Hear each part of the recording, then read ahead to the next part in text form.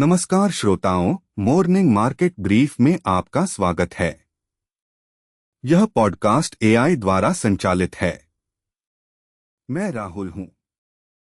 और मैं अनन्या हूं। आज की तारीख है 31 जनवरी 2026। चलिए शुरू करते हैं। Market overview. भारतीय शेयर बाजारों के लिए आज का दिन काफी गहमागहमी भरा रहने वाला है। निफ्टी 50 और सेंसेक्स में जबरदस्त वॉलेटिलिटी देखी जा रही है। यूनियन बजट 2026 आने में अब बस कुछ ही समय बचा है और इन्वेस्टर्स के बीच बेचैनी साफ दिख रही है। कल के सेशन में हमने देखा कि कैसे भारतीय बाजार, जो कुछ समय पहले तक दुनिया के सबसे शांत मार्केट्स में से एक थे, अब भारी उतार चढ़ाव का सामना कर रहे हैं। एफआईआई यानी फॉरेन इंस्टीट्यूशनल इन्वेस्टर्स लगातार अपनी कैपिटल निकाल रहे हैं, जिससे मार्केट सेंटिमेंट पर दबाव बना हुआ है। निफ्टी 50 की प्रमुख कंपनियों में मिलाजुला असर दिख रहा है। एफओ सेगमेंट में क्यूज इशारा कर रहे हैं कि ट्रेडर्स अपनी पोजीशंस को हेज कर रहे हैं, क्योंकि वीआईएक्स यानी वॉलेटिलिटी इंडेक्स में उछाल आया है।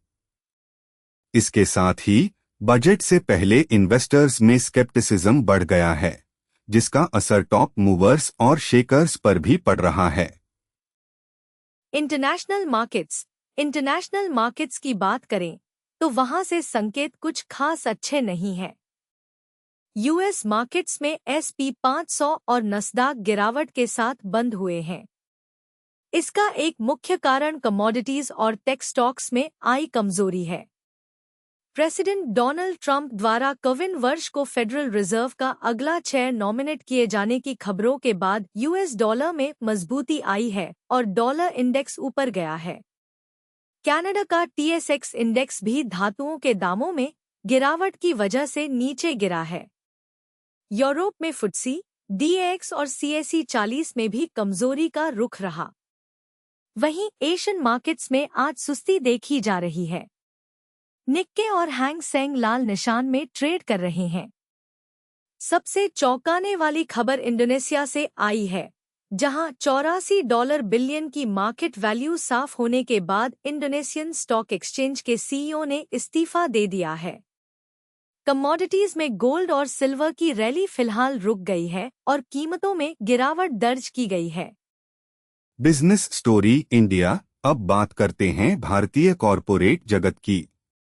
यूनियन बजट 2026 से पहले इंफ्रास्ट्रक्चर सेक्टर के स्टॉक्स चर्चा में हैं। एक खास मल्टीबैगर इंफ्रा स्टॉक ने निवेशकों को हैरान कर दिया है। यह स्टॉक पिछले बजट के समय 28 रुपए पर था और अब 232 रुपए पर पहुंच गया है, यानी 700% से ज्यादा का रिटर्न। हालांकि मार्केट क्रैश के डर से इसमें भी 2% की गिरावट देखी गई। निफ्टी 50 की दिग्गज कंपनियों में अर्निंग्स सीजन का असर भी दिख रहा है। बैंकिंग और आईटी स्टॉक्स में एफआईआई की सेलिंग के कारण दबाव बना हुआ है।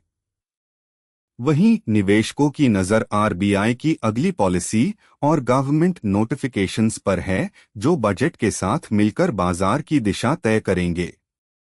निवेशकों को सलाह दी जा रही है कि वे हाई बीटा स्टॉक्स से बचकर चलें और लार्ज कैप कंपनियों पर ध्यान केंद्रित करें। बिजनेस स्टोरी इंटरनेशनल बिजनेस जगत में एनर्जी जायंट्स ने बाजी मारी है। चेवरॉन और एक्सॉन मोबिल दोनों ने ही अपनी अर्निंग्स में एनालिस्ट एक्सपेक्टेशंस को पीछे छोड़ दिया है। चेवरॉन का प्रोडक्शन रिकॉर्ड स्तर पर पहुंच गया है। टेक्नोलॉजी सेक्टर में सैंडीज के शेयरों में 7% का तगड़ा उछाल आया, क्योंकि AI डेटा सेंटर्स की वजह से चिप्स की मांग बहुत ज्यादा बढ़ गई है। दूसरी तरफ यूनिटी सॉफ्टवेयर और अन्य वीडियो गेम स्टॉक्स में भारी गिरावट आई है। इसका कारण गूगल का नया AI टूल प्रोजेक्ट जीनी है, जिससे बाजार को डर है कि यह गेमिंग इंडस्ट्री को डिसरप्शन का शिकार बना सकता है। Amazon के लिए भी यह हफ्ता उतार चढ़ाव भरा रहा, जहां कंपनी को लेऑफ्स और अपनी नई डॉक्यूमेंट्री मेलानिया के प्रीमियर के बीच अपनी Q4 अर्निंग्स पेश करनी है। इसके अलावा चाइनीज खिलौना निर्माता पॉप मार्ट अब यूरोप में विस्तार के लिए लंदन में अपना हब बना रहा है। इकोनॉमिक्स और जियोपॉलिटिक्स के मोर्चे पर बड़ी हलचल है। फेडरल रिजर्व की वाइस चेयर मिशेल बोमैन ने साफ संकेत दिए हैं कि इन्फ्लेशन अभी भी एक चिंता का विषय है, इसलिए फेड को रेट कट्स के लिए समय लेने की जरूरत है। डोनाल्ड ट्रंप द्वारा केविन वर्ष को फेड चेयर चुनने से सेंट्रल बैंक की इंडिपेंडेंस पर भी बहस छिड़ गई है।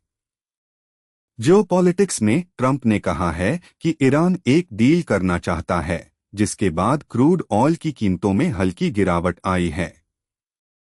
हालांकि वेस्ट टेक्सास इंटरमीडिएट अभी भी $65 के आसपास है। भारत के लिए चिंता की बात डॉलर की मजबूती है, क्योंकि इससे इमर्जिंग मार्केट्स से पैसा बाहर जा सकता है। साथ ही यूएस में गवर्नमेंट शटडाउन का खतरा भी मंडरा रहा है, जिससे ग्लोबल ट्रेड डेवलपमेंट्स प्रभावित हो सकते हैं।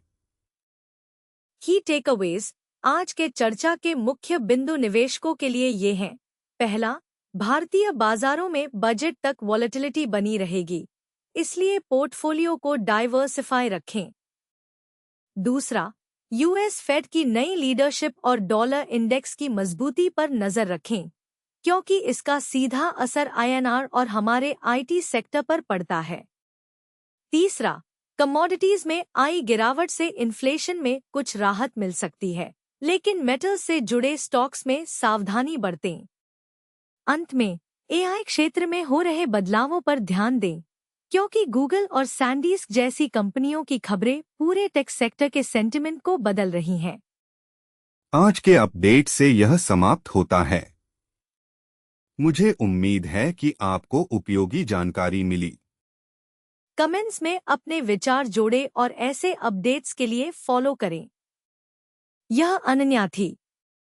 और राहुल, सुनने के लिए धन्यवाद।